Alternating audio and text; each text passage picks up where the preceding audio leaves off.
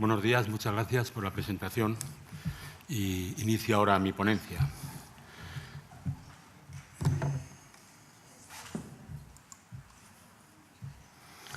Querría empezar agradeciendo a la organización del IV Congreso Internacional Picasso e Historia la invitación para participar en el mismo,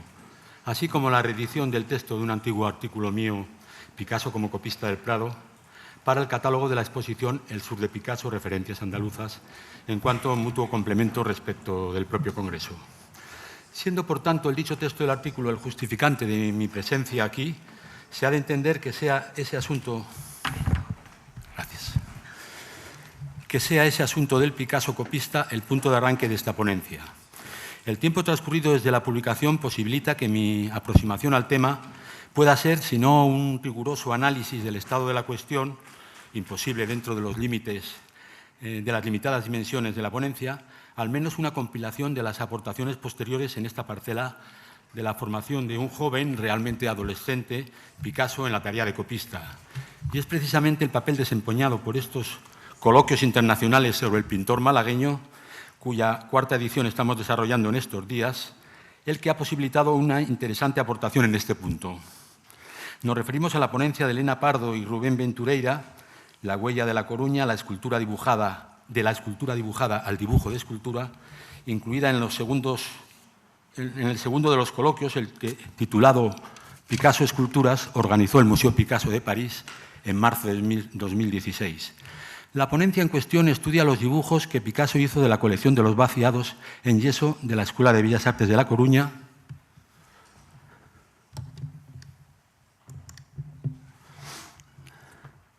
durante su paso por la misma en los cursos escolares comprendidos entre 1891 y 1895, concluyendo aspectos de su posterior producción a partir de los datos de esta faceta de su labor de aprendizaje.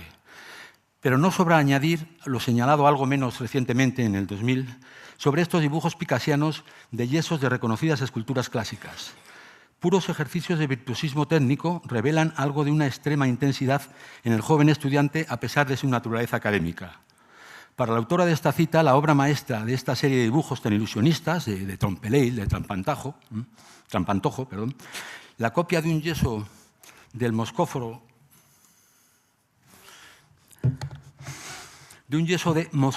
de la antigua Grecia, en realidad lo es del Fauno del Cabrito, mármol helenístico del Museo del Prado, representa, este es el yeso de la propia Escuela de La Coruña,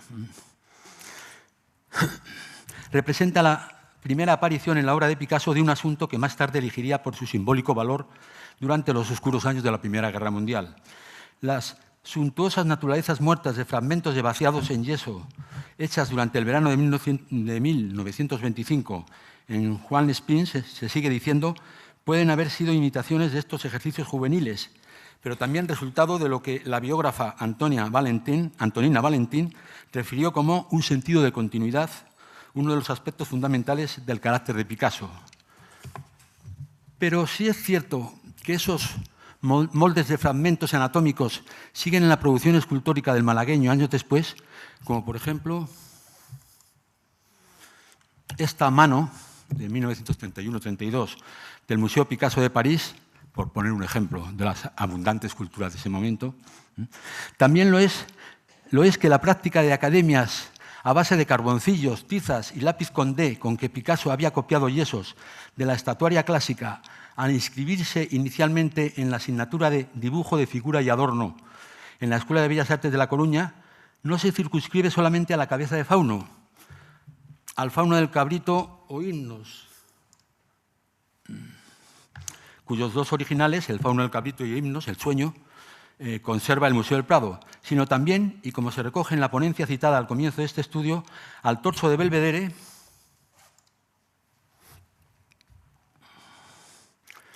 que en este caso es a partir de una lámina,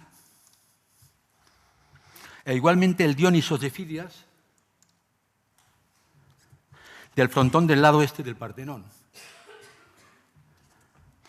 Y desde luego no es descabellado imaginar que sería la percepción ilusionista como asimismo hemos recogido, casi mágica, de estas reproducciones dibujadas de moldes de yeso, la que justificaría, años después, en el Guernica, esos fragmentos de la estatua del guerrero, según unos, o de la propia figura del arquitecto caído de los horrores de la guerra de Rubens, según otros, esparcidos por el suelo. Pero no olvidemos que el hilo conductor de esta ponencia ha de ser, inicialmente, la aproximación a aquellas otras aportaciones al conocimiento de Picasso, del Picasso copista, que complementan o profundizan en la parcela del Picasso estrictamente copista del Prado, del que se ocupó nuestra publicación citada al comienzo. A este respecto, cabe citar otro artículo coetáneo al nuestro, obra de Javier Herrera, cuyo título hace referencia también a ese Picasso joven del Museo del Prado. Su análisis no se apoya en datos documentales del propio museo, sino en la interpretación de aquellos testimonios picasianos que reflejan ese trabajo de copista. Por eso mismo resulta evidente la confluencia, o para ser más precisos, la coincidencia de lo tratado en ambos artículos, el de ese autor y el mío. De cualquier forma, destacaremos aquí lo señalado por él sobre la ambigüedad con que se mueve el pintor malagueño en sus valoraciones de la pintura y pintores del pasado, esa óptica dualista que hay que captar para entender la realidad de Picasso con el Prado, la relación de Picasso con el Prado, de la misma manera que anota una natural tendencia picasiana a no revelar las auténticas fuentes de las que suele nutrirse, ese jugar al despiste. El mismo autor se ocupa de la tercera estancia de nuestro pintor en Madrid, firma un contrato de alquiler por un año de un estudio en la calle Zurbano número 28, desde principios de febrero hasta, al parecer, mediados de mayo de 1901, estancia en la que desarrolla una brevísima experiencia como editor de una revista cultural, Arte Joven, junto a su amigo Francisco de Asís Soler. En realidad también es importante por todas sus ilustraciones en la dicha revista. Pero de la que no consta actividad como copista, pese a que se escriba que hay que suponer frecuentaría el Museo del Prado, el recién creado Museo de Arte Moderno, la Academia de Bellas Artes y el Ateneo, aunque en este viaje se echa de menos la profusión de pistas que en este sentido existen de su anterior estancia madrileña. No obstante ello, es preciso fijarnos en esa idea de el pasado como referente artístico y literario, que es además un epígrafe de su estudio, en tanto característica fundamental de sus amigos y contactos 98istas. En ese contexto, el estudioso trae a colación a los bufones velazqueños, es un nuevo epígrafe,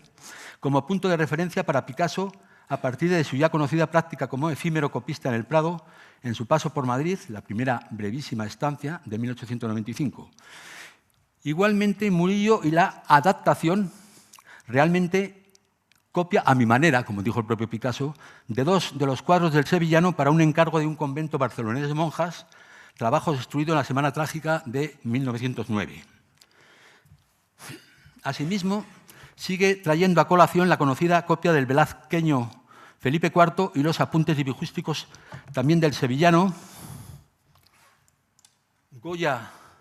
y su tauromaquia, y la estilización grequiana, siempre como epígrafes de los ejemplos testimoniales de su dedicación a las copias, para concluir con unas reflexiones sobre las técnicas de apropiación de nuestro pintor malagueño. Tal apropiación de las obras de arte del pasado va siendo cada vez más sutil, debido a la pérdida de referencias claras respecto a los modelos a imitar. El proceso se daría pasando de la copia más o menos literal al pastiche, y a continuación, ya desde el otoño de 1900, primero en Madrid y después en París, cuando entren en conflicto el legado de la tradición española con la captación del presente, y el estudioso pone como ejemplo las asimilaciones de Toulouse-Lautrec y de Steinlen, por un lado, y de Nonel, Casas y Zuloaga por el otro, con el paso a la parodia, dice así, más o menos burlesca de los grandes maestros. Y ello de tal manera que se termina desvirtuando la deuda respecto de la fuente de inspiración originaria, gracias al halo de modernidad que convierte en virtud de creatividad el vicio o rémora de la posible identificación de los antecedentes figurativos. En suma, se trata cada vez menos de imitación de la naturaleza y cada vez más de un arte intelectual, reflexivo e histórico, que remite siempre a sí mismo y a su exclusiva tradición. Es una cita literal. En el fondo, no solo se es original a base de aportar innovaciones formales o de contenido antes inexistentes, sino que también, a partir de otros modelos, se consiguen estas novedades. La imitación es un paso necesario para conseguir la originalidad. Termina así la cita. Pero si nos hemos detenido tanto en la recopilación de estas apreciaciones, que respondían al epígrafe del anterior estudioso sobre las técnicas de apropiación de Picasso, es porque permiten introducirnos en la segunda parte de esta ponencia, las recreaciones picasianas de conocidos cuadros de la pintura occidental como una variante de la pintura museística. Es lo que nos permitió hacer una breve incursión sobre este punto en la parte final de nuestro ya citado, al comienzo, artículo sobre Picasso copista del Prado. Ahora bien, empezamos con una matización. Lo que yo entonces consideraba de una forma excesivamente simplista, por genérica, que era una recreación a través del lenguaje cubista, y me autocito aquí, como si con ello Picasso quisiera consagrar con un baño de historicismo esa estética que él creara, o de otra forma que el pintor, y vuelvo a poner una cita mía, acaba reflexionando al final de su vida sobre consagrados testimonios históricos de la pintura, bien que con el tamiz de un cubismo que pretende carta de identidad académica, no puede ser entendido como una reproducción de las pinturas occidentales elegidas, por medio de esa concreta estética de geometrización de las formas, con una tal justaposición de planos que llega a cubicar las mismas, o sea, la tendencia de las vanguardias históricas que llamamos cubismo. Se trata más bien de la citada parodia, más o menos burlesca, de los grandes maestros, o como se ha escrito con más perspicacia, es el clasicismo temático contenutista que desborda también la producción picasiana y que puede adoptar formas muy distintas, tanto profundamente coincidentes con el espíritu clásico, entre comillas, como desbordadas hacia otra dimensión distinta, muy cara a Picasso, la burla, la caricatura o el juego en los antípodas de la severidad formal que los asuntos pudieran reclamar. Una ambivalencia que sirve tanto para expresar una emoción profunda como un descarado jugueteo burlón. Termina la cita. Bien es cierto que al menos en dos casos concretos, en sus versiones del retrato de su hijo Jorge Manuel como pintor del Greco y Las muchachas a la orilla del Sena por Courbet, ambas de febrero de 1950, las formas picudas y aristadas tan próximas a los límites de la figuración están más cerca del viejo cubismo que de las transcripciones burlonas de toda esa pintura occidental. La acritud que reflejan ambas interpretaciones, o con más precisión la del pintor del Greco, a quien se refiere la cita que digo a continuación, han permitido escribir que, comillas, dentro de la fase de descomposición de obras ajenas entendidas como puros objetos, encontramos una interpretación feroz, si se quiere, pero llena de una salvaje intuición, violencia analítica y caricatural. Se ha escrito asimismo que la impresión que causaría en Picasso ver algunas de sus obras expuestas en el Louvre, aunque en un martes y cuando el museo estaba cerrado al público, al lado de la muerte de San Buenaventura de Zurbarán, en ubicación elegida por él mismo y de pinturas de Delacroix y Courbet, como agradecimiento por su donación en 1947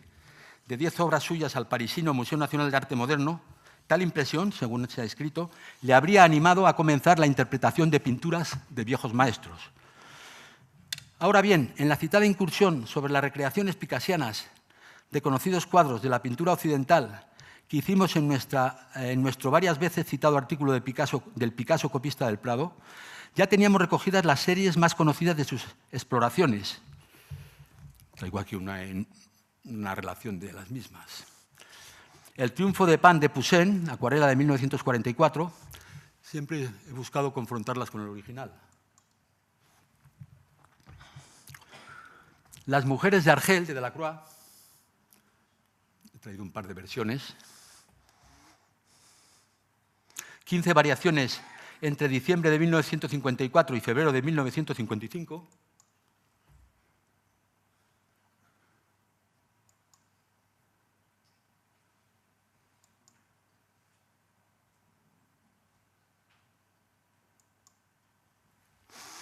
Las Meninas de Velázquez, 44 lienzos entre el 17 de agosto y el 30 de diciembre de 1957. Traigo solamente la primera versión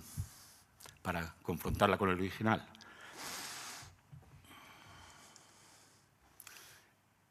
De esta traigo un par de versiones. El almuerzo campestre de Manet, ciclo empezado en Beaumark en 1959 y continuado en Moulins en 1960 y 61, y en este caso con la precedente parodia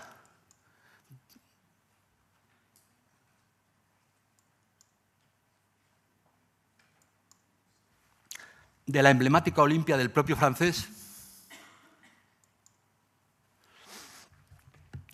El rapto de las Sabinas de David,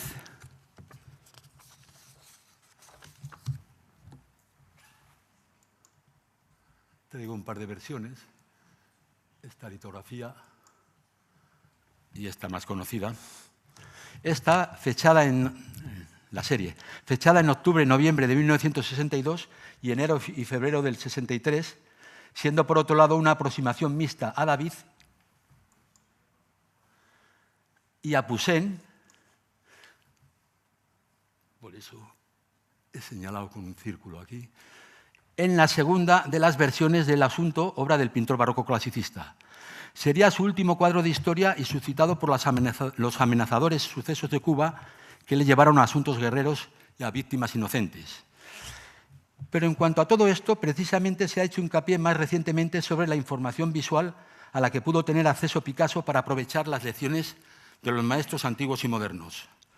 Se ha hecho notar, en efecto, cómo los artistas de la generación de nuestro pintor, gracias a la añadidura al formidable cúmulo de imágenes artísticas de museos, colecciones y exposiciones, por la facilidad de los viajes, de un material artístico bien que indirecto aún mayor de ilustraciones y fotografías, fueron los primeros en desarrollar un horizonte visual nunca antes conocido. Con ello no solamente consiguieron colmar de imágenes su memoria, sino también transformar su percepción de las mismas. Llega incluso a suceder que al propio artista se le escapa la conciencia del conocimiento de las tales imágenes, su control reflexivo, y que tal información no procesada también termina influyendo en él. En el caso de, cito literalmente, un artista fecundo, inquieto y longevo como Picasso, su voracidad, su iconofagia, terminan siendo un auténtico desafío para aquel historiador del arte que pretenda delimitar sus fuentes artísticas. Siguen a continuación unas reflexiones del estudioso que nos ocupa sobre Picasso como héroe moderno en función de una calificación que cierta historiografía otorga a nuestro pintor, en cuanto paradigma de artista moderno, de héroe moderno absoluto en los años que van de 1905 a 1925, etapa en la que florece el cubismo, y héroe moderno relativo entre 1925 y 1937, declinación, aunque activa, de la etapa hacia el surrealismo, marcada por el llamado dibujo en el espacio. O sea que lo que viene a señalar el artífice de esta visión historiográfica, Greenberg, según el estudioso que nos ocupa, Calvo Serrayer, es que la pintura de Picasso había empezado a decaer en 1925, aunque su arte logró sobrevivir gracias a la escultura desarrollada en los primeros años 30, pero que de cualquier forma su canto de cisne se produce en el momento del Guernica durante 1937. Después de tal fecha, es decir, durante los 36 años restantes de su vida, la obra de Picasso perdió interés, o dicho de otra manera, su arte dejó de ser indispensable y no aportó ya nada a la dinámica de la evolución del mismo arte. Pero parece cierto, según percibe el historiador que nos ocupa, que tal criterio clasificador responde a la evaluación de las vanguardias desde el punto de vista formal, según el cual el cubismo ha sido siempre considerado como, de nuevo cita entrecomillada, el auténtico cambio estructural del lenguaje artístico moderno. Sigan a continuación unas interesantes consideraciones sobre el desconcertante pluriestilismo simultáneo de Picasso, pero que ya empiezan a desviarnos de nuestro enfoque. Este remite a ese pintar la pintura a través de la interpretación de esos conocidos cuadros de la historia de la pintura occidental, e incluso aplicar el efecto a series litográficas, como en el caso de David y Betsabé de Lucas Cranach el Viejo, cuyas primeras variaciones empiezan el 30 de marzo de 1947. En tal contexto nos apetece saber cuándo empieza la tendencia. Al parecer, sus preocupaciones por el tema de la crucifixión y su conocido cuadro de 1930 del Museo Picasso de París, transferencia del expresionismo onírico al ámbito de la pintura de historia, en palabras de Deix, debieron abrir el apetito en cuanto a su citada iconofagia para fijarse en 1932 en la crucifixión de Grünewald, pintada entre 1512 y 1516, hasta el punto de posibilitar, cuando 5 años después ejecute el Guernica, que un determinado sector de los estudiosos vea en esta obra maestra, que resume lo principal de la evolución artística de Picasso, su deuda, en lo que respecta al marco compositivo, con los retablos cristianos en forma de tríptico, aunque también es cierto que en tal apartado y como consecuencia de esa disposición de un triángulo central embutido en un friso rectangular, se le haya emparentado igualmente, siempre hablando del Guernica de Picasso, con los frontones clásicos, concretamente con el frontón occidental, el de la batalla de Lapitas y Centauros del templo de Zeus en Olimpia. Pero más interesante para las consecuencias de su arte es la transcripción que Picasso hace de las formas de la pintura de Grünewald. Es así como Penrose, remitiéndose a Cerbos, señala que, cito literal, como ocurre con todas las creaciones de mayor importancia, el interés por este tema, de la crucifixión, no desapareció con el cuadro de 1930. 2 años más tarde, Picasso quedó absorto por las cualidades emocionales del retablo de Isenheim, de Matthias Grünewald. En los primeros esbozos, sigue la cita, que realizó como variaciones de este tema, hay un parecido entre el rostro torturado de Cristo y la Virgen del cuadro de 1930. Pero rápidamente se interesó más por estructuras semióseas que recuerdan a la mujer sentada en la playa que por el contenido mítico del tema. Los dibujos, la interpretación de Grünewald por parte de Picasso, los dibujos tienen estrechas afinidades con las esculturas a las que se dedicó durante el mismo periodo y desde luego es asombrosamente genial la percepción de las formas que Picasso manifiesta aquí. En este contexto, y con tal grado de libertad en la forma de concebir una copia, o mejor, y en cuanto al caso siguiente, el que vamos a hablar del Guernica, en la manera de Picasso de apropiarse de un original, nuestro pintor se va a enfrentar poco después, en 1937, al citado Guernica. No es este lugar para un análisis de tal obra, pero sí para apoyar su inspiración, entre algunas otras, aunque puntuales, fuentes iconográficas, en los horrores de la guerra de Rubens. Esta es la segunda versión de las varias que hace de Grünewald, de Matthias Grünewald. En los horrores de la guerra de Rubens, un ardiente defensor de esta hipótesis, Santiago Sebastián, que decía aplicar una lectura iconográfico-iconológica según la metodología de Panofsky, ya se preocupó de anotar en su investigación antecedentes en el estudio de esta conexión pictórica. Igualmente buscó argumentar sobre el valor de la alegoría en tanto representación personificada de conceptos mediante imágenes y sobre el conocido estudio de Gombrich acerca de las imágenes simbólicas y su aproximación a Rubens, precisamente por parte de Gombrich, a través de fragmentos de la famosa carta de envío del cuadro. En verdad que no era mala conexión, no era mala argumentación, habida cuenta de lo expresado por Picasso defendiendo ante Malraux en 1937 que Guernica, el episodio histórico del bombardeo, lejos de ofrecerle un motivo, como decía Malraux, le había dado un tema. No era simplemente una idea o un asunto, sino un universal humano que debía expresarse simbólicamente mediante un emblema o signo consagrado. La muerte como un cráneo, dijo Picasso, no un accidente de tráfico. De cualquier forma, y leyendo la conocida carta de Rubens al pintor Justus Sustermann, acompañando al cuadro que va a ser entregado al Gran Duque de Toscana, no es difícil localizar, hay otra versión que el museo, la National Gallery, cree que es de taller, mientras se está haciendo grande, pues la que guardan siempre los propios pintores y sus talleres para mantener una especie de catalogación de su producción. Decía, no es difícil, según esa carta, localizar en el Guernica a varios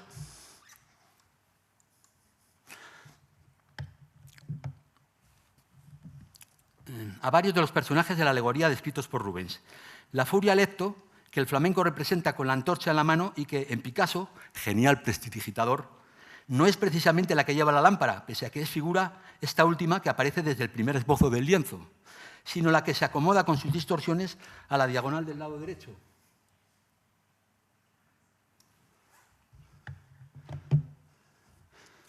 Y conserva el perfil de su cara gesticulante. Igualmente la madre con el niño en brazos, bueno, esto tampoco hace falta, es sobradamente conocido.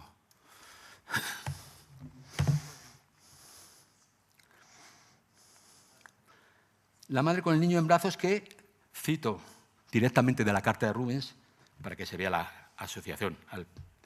Guernica de Picasso, indica que con la guerra, que todo lo corrompe y destruye, han quedado frustradas la fecundidad, la procreación y la caridad. La imagen de Europa, con los brazos en alto y las manos crispadas, también es perceptible. En realidad, el templo de Jano, que estaba aquí en Rubens, pasa a ser la casa ardiendo, por lo que voy a decir a continuación. Que Picasso coloca y las manos crispadas, e incluso la del arquitecto caído o muerto, que Picasso coloca fragmentada en el otro lado, siempre teniendo en cuenta que el pintor malagueño invirtió la composición, y cito aquí de nuevo a Santiago Sebastián, como hicieron generalmente los pintores que seguían grabados. El problema es siempre el grabado y el cuadro inversos. En suma, y acercándonos ya a la conclusión, hemos visto, recorriendo en sentido inverso, la trayectoria del Picasso, pintor de pinturas, intérprete o traductor a su manera de la gran pintura occidental, cómo la fase más creativa en esta faceta y que tiene su culminación en el Guernica se desarrolla dentro de la primera mitad de su vida, en tanto que las series con una traslación en general más burlesca o jocosa de los grandes pintores del pasado ocupan los años posteriores a 1950, aunque pudiéramos ver un punto de partida en la acuarela El triunfo de Pan por Poussin de 1944, ya vista. Un siguiente eslabón de la cadena, todavía como obra gráfica, litografías, sin expresarse aún en el lienzo, lo representan las diversas variaciones de David y Betsabé de Lucas Cranach el Viejo, también visto, a partir del 30 de marzo de 1947. Y ello independientemente de que su leve contacto con la inmortalidad, la exposición de tapadillo de algunas de sus obras en el Louvre en 1947, junto a los grandes maestros, pudiera haber sido el detonante de esa afición a las copias de tales maestros, como, según hemos visto que se ha escrito. Aunque ya era creativa la manera en que, puesto a copiar, reinterpretaba libérrimamente la pintura de Grünewald, hay que esperar a 1937 con el Guernica para poder captar la manera inteligente en que se copia para crear una obra nueva, o expresado de una manera un tanto pedestre, valorar como equivalente lo dicho precisamente por Rubens respecto de que se podía trasladar a la pintura la estatuaria clásica con tal de que no se notase. He querido traer esa equivalente, aunque es otro campo distinto. Rubens refiriéndose a la manera de aprovechar la estatuaria clásica en sus pinturas y en toda la pintura barroca, en realidad, europea. Por eso, cuando nos encontramos con una total ausencia de esa capacidad de sugerir y la traslación es tan zafia, rechazamos por desafortunada la obra resultante. Es lo que sucede, por ejemplo, y pese a la posible justificación del panfleto dentro del escaso arte militante del Picasso comunista, con la matanza en Corea, en Bayorí, el 18 de enero de 1951, donde, cito, en este caso a Richardson, comete el error de querer avivar una imagen trillada con el mágico fuego de los fusilamientos del 3 de mayo de Goya. Termina la cita. Aunque se haya querido atenuar tal decepción con la valoración de ese eslabón intermedio que es la ejecución de Maximiliano de Manet. Nada más, muchas gracias.